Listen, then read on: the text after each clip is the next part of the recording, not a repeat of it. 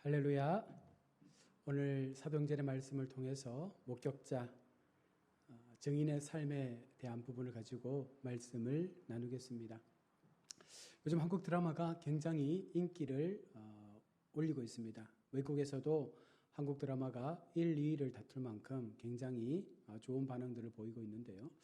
여러분, 우리가 왜 드라마에 빠져서 그 TV 앞에서 시간을 보낼까요? 그리고 왜 한국 드라마가 이처럼 요즘에 많은 인기를 올리고 있을까요? 아마도 한국 드라마의 어떤 그 역할들, 특별히 한국 드라마가 가지고 있는 어떤 그 재미나 어떤 요소들이 굉장히 옛날보다는 많이 좋아졌다라고 생각합니다. 아울러서 매년 수백 편 이상의 드라마가 쏟아져 나오고 있고, 그 속에는 영화 같은 줄거리 속에서 많은 시청자들의 마음을 움직이는 그런 이야기들이 우리의 마음을 움직여서 우리를 지금 TV 앞으로 이끌어내는 것 같습니다. 우리 모두는 TV를 통해서 대리만족 혹은 각자의 어떤 그런 그 수준 속에서 내가 그 역할 속에 들어가 보는 그런 감정들을 느끼는 것 같습니다.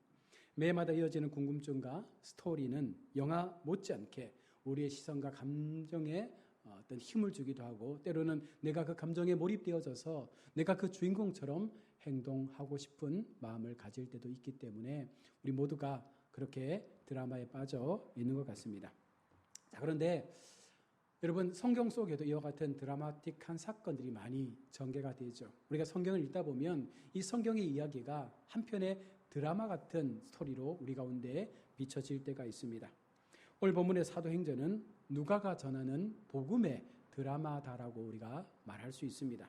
사도행전 1장 1절에 보면 데오빌로여, 내가 먼저 쓴 글에는 무릇 예수께서 행하시며 가르치시기를 시작하신부터라고 말씀이 시작됩니다.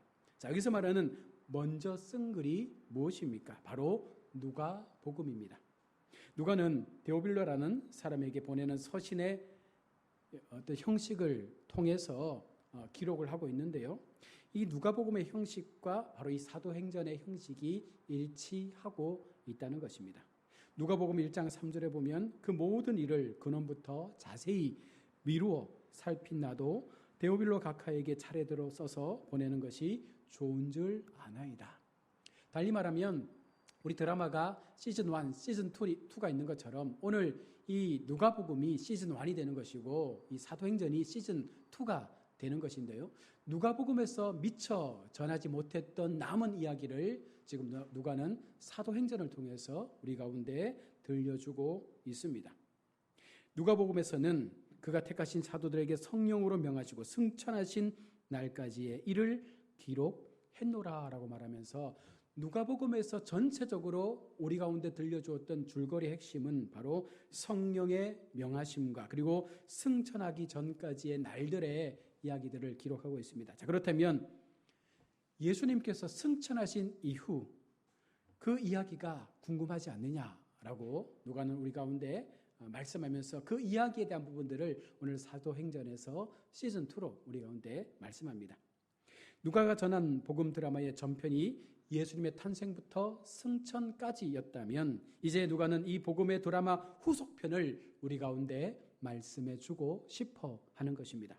누가가 계속해서 전하고 싶은 이 복음의 메시지가 무엇입니까? 먼저는 복음은 예수님이 하나님 나라를 실현하신다라는 것입니다. 우리가 복음하면 굿뉴스, 복된 소식, 예수님에 대한 이야기로 우리가 많이 알고 있지만 사도행전 1장 3절에 그가 고난받으신 후에 또한 그들에게 확실한 많은 증거로 친히 살아계심을 나타내사 40일 동안 그들에게 보이시며 하나님 나라의 일을 말씀하시니라 라고 기록하고 있습니다.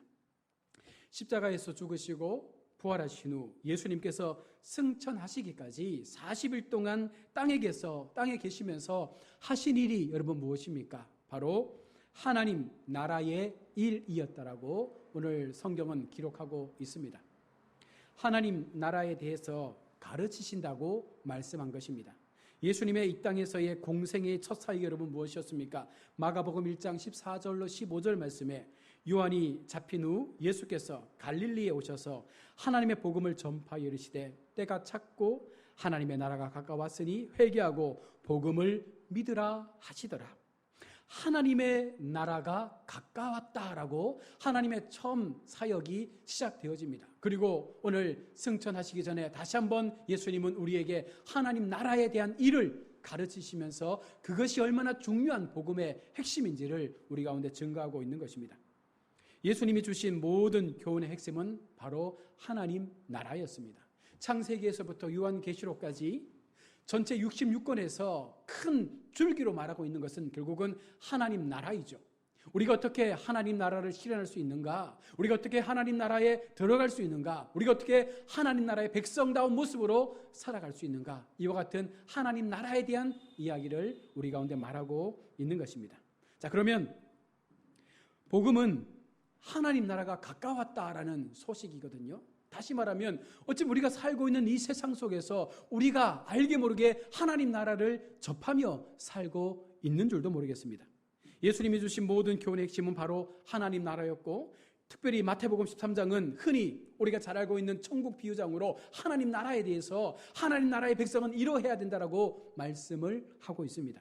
하나님 나라의 본질은 무엇입니까? 무엇이 하나님 나라입니까? 바로 하나님 나라는 하나님의 통치가 있는 곳이다 라고 말할 수 있습니다. 하나님의 주권적 통치가 실현되는 곳에 하나님 나라가 임하는 것입니다. 그래서 예수님은 주기도문에서 우리가 드릴 가장 중요한 기도가 나라가 임하시오며 뜻이 하늘에서 이루어진 것 같이 땅에서도 이루어지다라고 가르치고 있는 것이죠.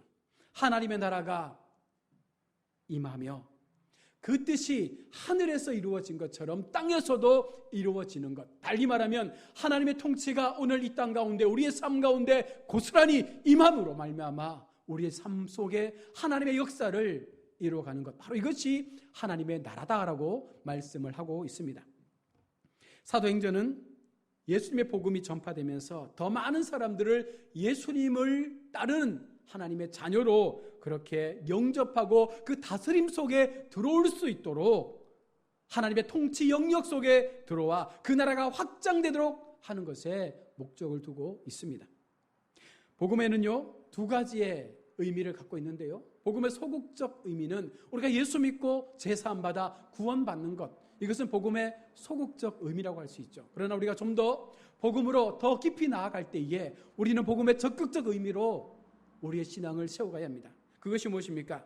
우리의 제사함을 위해 예수님께서 죽으셨다면 이제 우리의 새로운 삶의 모습을 통하여 내게 주신 새로운 생명의 삶을 통하여 어떻게 살 것인가에 대하여 우리가 고민하고 그 길을 가는 것이 복음의 좀 더 확장된 우리의 신앙의 모습인 것입니다. 복음은 왕이신 예수님께서 하나님 나라를 이 땅 모든 곳에 실현하신다는 소식이죠. 세계 방방곡곡 어디에도 하나님의 나라는 임할 수 있다는 것이고 그 나라가 실현되어질 때에 그것이 하나님의 나라가 될 수 있음을 우리 가운데 증거하는 것입니다. 예수님만이 우리의 가정과 우리의 일터, 우리의 민족, 우리의 전반적인 모든 삶에 하나님의 통치하심, 바로 하나님의 나라를 실현할 수 있다는 것, 그것이 바로 사도행전이 말씀하고 있는 복음입니다. 또한 복음은 우리가 예수님의 증인으로 살아야 한다라는 것을 알게 해줍니다. 우리의 삶에 하나님의 나라가 어떻게 이루어질 것인가, 그 실현을 위해서 예수님께서는 당신의 제자를 부르셨습니다. 아니, 오늘 우리를 부르셔서 세상 가운데 우리를 먼저 하나님의 사람으로 부르셔서 우리를 통하여 주님의 제자도의 삶이 펼쳐지기를 원하시고 있다는 것입니다. 그리고 제자들이 하나님의 증인된 삶으로 살아갈 수 있도록 우리의 삶의 모든 전반에 하나님의 역사심을 보여주고 있다는 것입니다. 우리가 잘 아는 약속의 말씀을 보면 누가복음 1장 8절에 오직 성령이 너희에게 마시면 너희가 권능을 받고 예루살렘과 유다와 사마리아와 땅끝까지 이르러 내 증인이 되리라 라고 말씀을 합니다. 많은 성도가 잘 알고 있는 말씀이죠. 여기서 말씀하고 있는 증인이라는 것은 단순히 우리가 법정에 서서 증언하는 그런 증인의 개념을 뛰어넘는 순교적 증인이라는 의미를 담고 있습니다. 원문 그대로 이 단어를 해석해 보면 목숨 걸고 증인의 자리에 서서 그것을 전하는 사람을 증인이라고 말씀합니다. 우리 신앙의 선배들 가운데 앞서 말한 이 증인의 삶을 사는 선배들이 많지 않습니까? 목숨을 걸고 복음을 위해서 자신의 생명을 아낌없이 내어 던졌던 그와 같은 신앙의 선배들, 그들이 가졌던 증인의 삶이 바로 이 순교적 신앙의 모습이었음을 우리 가운데 말하면서 오늘 우리에게도 그와 같은 순교적 신앙의 증인된 삶이 필요하다는 것을 말하고 있습니다. 사도행전은 그 최초의 증인들의 모습을 우리 가운데 보여주고 있습니다. 사도행전 7장에 보면 스데반이 돌로 쳐맞아 죽음으로 그 영혼이 하나님께로 올라갈 때에 그가 마지막으로 말합니다. 주 예수여, 내 영혼을 받으시옵소서. 마지막 죽음의 순간 앞에서 그는 오직 하나님을 바라보며 하나님의 나라의 그 영광을 위하여 자신의 목숨을 내어 던지면서까지 주님의 말씀을 선포한 것입니다. 사도행전 12장에서는 예루살렘 교회의 지도자 요한의 형제 야고보가 칼로 죽임을 당하는 것을 기록합니다. 그들 모두 복음의 증인을 나타내기 위해서 그 모든 위험을 감수하고, 아니 그 생명까지도 철저하게 포기하면서까지 그 고난 앞에 세워진 사람들입니다. 예루살렘으로 올라가면 죽는다는 경고를 받고도 사도 바울은 그 길을 선택했습니다. 그곳에 가서 내가 전하는 이 복음이 로마 시민들에게 하나님의 메시지가 될 수 있다면 내가 죽더라도 이 복음을 전해야겠다라는 그 마음이 사도 바울에게 있었던 것입니다. 사도행전 20장 24절입니다. 내가 달려갈 길과 주 예수께 받은 사명 곧 하나님의 은혜의 복음을 증언하는 일을 마치려 하면은 나의 생명을 조금도 귀한 것으로 여기지 아니하노라. 자신에게 주어진 사명자의 길, 예수님께로부터 받은 그 사명, 그 하나님의 은혜의 복음을 전하는 일에 있어서 내 생명은 결코 중요하지 않다라고 사도 바울은 고백하고 있는 것입니다. 여러분, 이것이 확장된 복음, 다시 말하면 좀 더 영적으로 강력한 복음의 사람으로 세워진 하나님의 사람들이 행할 수 있는 모습인 것입니다. 사도행전 마지막 장 마지막 구절은 로마 입성한 바울의 모습을 이렇게 증언합니다.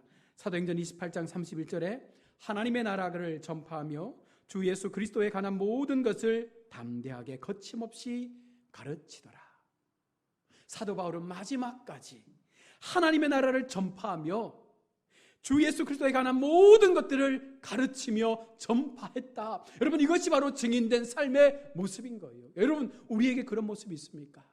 우리에게 예수 그리스도를 위하여 내게 주신 그 지혜를 가지고 하나님의 복음을 위하여, 하나님의 나라를 위하여 우리가 철저하게 증거하고 고백하는 이와 같은 메시지가 우리의 삶을 통하여 나타나고 있습니까?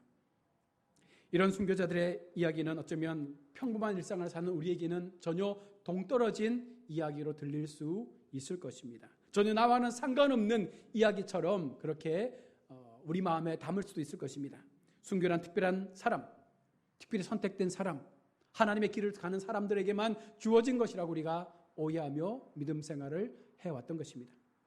그러나 증인은 여러분 누가 되는 것입니까? 누가 증인의 삶을 사는 것입니까? 목격한 사람, 하나님을 제대로 믿는 사람, 그 말씀대로 살고자 애쓰는 사람, 하나님의 은혜로 사는 사람, 하나님의 은혜로 모든 것을 누리며 그 모든 것에 감사하며 사는 사람, 여러분 진짜 하나님을 만난 사람, 진짜 복음 앞에 우리의 삶이 뒤집어진 사람, 이와 같은 사람들이 증인의 삶을 사는 거예요.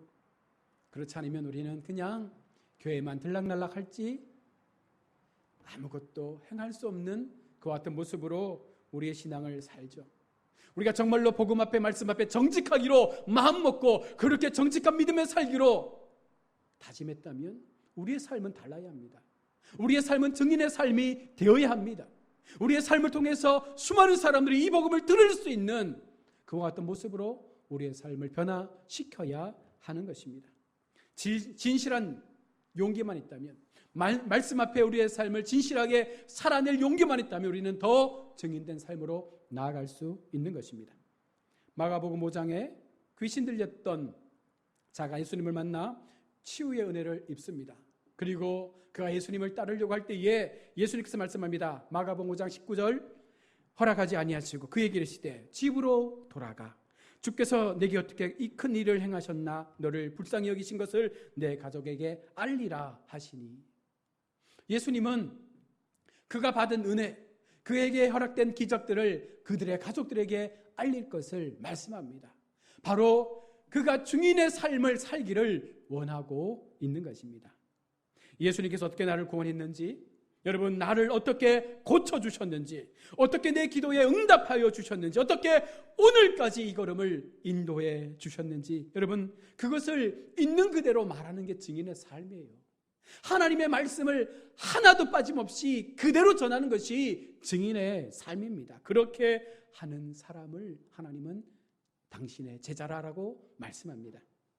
그리고 그렇게 함으로써 수많은 이웃에게 희망과 구원의 길을 열어줄 수 있는 것입니다. 이것이 특권 아니겠습니까?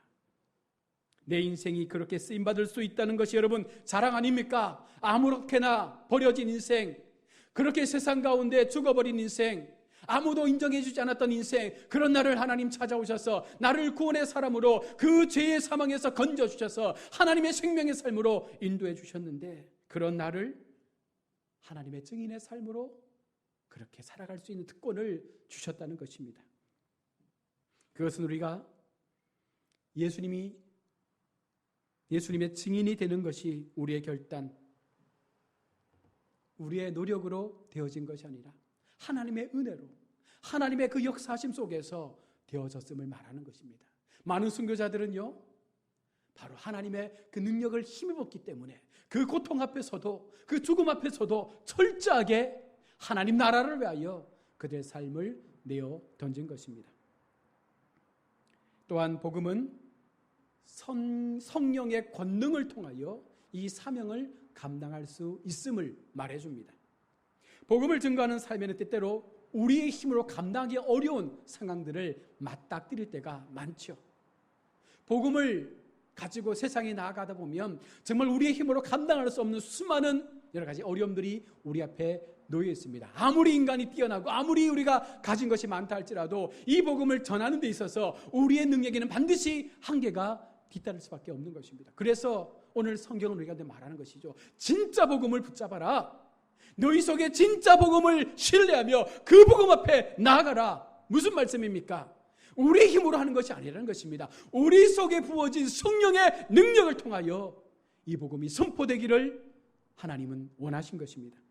누가복음 24장 49절에 볼지어다 내가 내 아버지께서 약속하신 것을 너희에게 보내리니 너희는 위로부터 능력으로 입혀질 때까지 이 성에 머물라 라고 말씀했습니다. 예수님은 성천하시면서 그들에게 약속을 주셨습니다. 너희가 나보다 더 큰 일을 행할 것이다. 그러나 너희의 힘으로 되는 것이 아니라 내가 너희에게 약속으로 보내어준 그 성령을 힘입을 때에 너희는 놀라운 일들을 행할 것이다. 놀라운 증인의 삶을 이룰 것이다 라고 말씀하고 있습니다. 그래서 예수님은 처음 제자 120명들에게 마가의 다락방에 모여서 그 성령을 기다리라, 기도하며 기다리라 말씀합니다. 그리고 사도행전 2장을 통해서 마침내 그들에게 성령의 은혜가 임하게 되는 것이죠. 사도행전 4장 31절입니다. 빌기를 다음에 모인 곳이 진동하더니 무리가 다 성령이 충만하여 담대히 하나님의 말씀을 전하니라. 그들 속에 기도의 능력을 통하여 하나님 앞에 간구했더니 하나님 약속하신 성령이 그들 가운데 머물므로 말미암아 그들이 담대하게 말씀을 전하는 자가 된 것입니다. 궁극적인 결과가 바로 사도행전의 드라마를 연출한 것입니다. 복음이 예루살렘에서 유대로, 유대에서 사마리아로, 사마리아에서 소아시아에서 유럽으로, 북미로, 아시아로, 그리고 이곳 대한민국까지 하나님의 복음은 끊임없이 성령의 역사를 통하여 그렇게 전개된 것입니다. 그래서 사도행전은 성령행전이 된 것이죠. 아직도 끝나지 않은 선교라는 이 미완성의 가업을 통해서 우리는 계속적으로 사도행전을 써나가야 합니다. 우리가 하나님의 증인된 삶을 살아간다는 것은 바로 이와 같은 성령의 능력을 힘입은 바로 성령의 사람들이 바로 세상 속에 나아가 그 세상에 소외된, 그 세상에 하나님을 알지 못하는 그와 같은 백성들에게 바로 이 말씀이 선포되도록 그렇게 도구로 증인으로 세워지게 되는 것입니다. 복음은 우리의 힘이 아니라 바로 성령의 권능을 통하여 우리로 선교의 소명을 감당할 수 있도록 우리를 이끌어 가는 것입니다. 지금은 그 복음의 증인이 되기 위해서 우리 자신을 준비하고 때로는 더 열심히 훈련받고 때로는 더 열심히 기도하면서 내게도 성령의 충만함을 주옵소서, 내게도 성령의 능력이 임하게 하옵소서, 내게도 오늘 이 시간 주의 성령의 능력의 손길에 붙잡혀져서 나의 힘이 아니라 성령의 힘으로 주님의 정인된 삶을 살 수 있는 은혜를 주옵소서. 이 마음을 가지고 우리가 신앙생활을 해야 한다는 것입니다. 사랑하는 성도 여러분, 목격자, 내가 목격자입니다. 먼저 믿은 우리가 목격자입니다. 목격자는 정인의 삶을 살아야 합니다. 그것을 전해야 됩니다. 그것을 진실하게 전해야 합니다. 그것을 가식 없이 하나님의 말씀에 각해서 올바르게 전해야 합니다. 그러면 우리처럼 또 누군가는 그 말씀 앞에 생명으로 돌아오는 귀한 역사가 나타나게 될 것입니다. 목숨 걸고 생명 다하여 성령의 은혜로 이 능력의 말씀을 선포하시는, 모두가 이와 같은 증인의 삶을 살아내시는 우리 모두가 될 수 있기를 주의 이름으로 축원합니다. 아멘.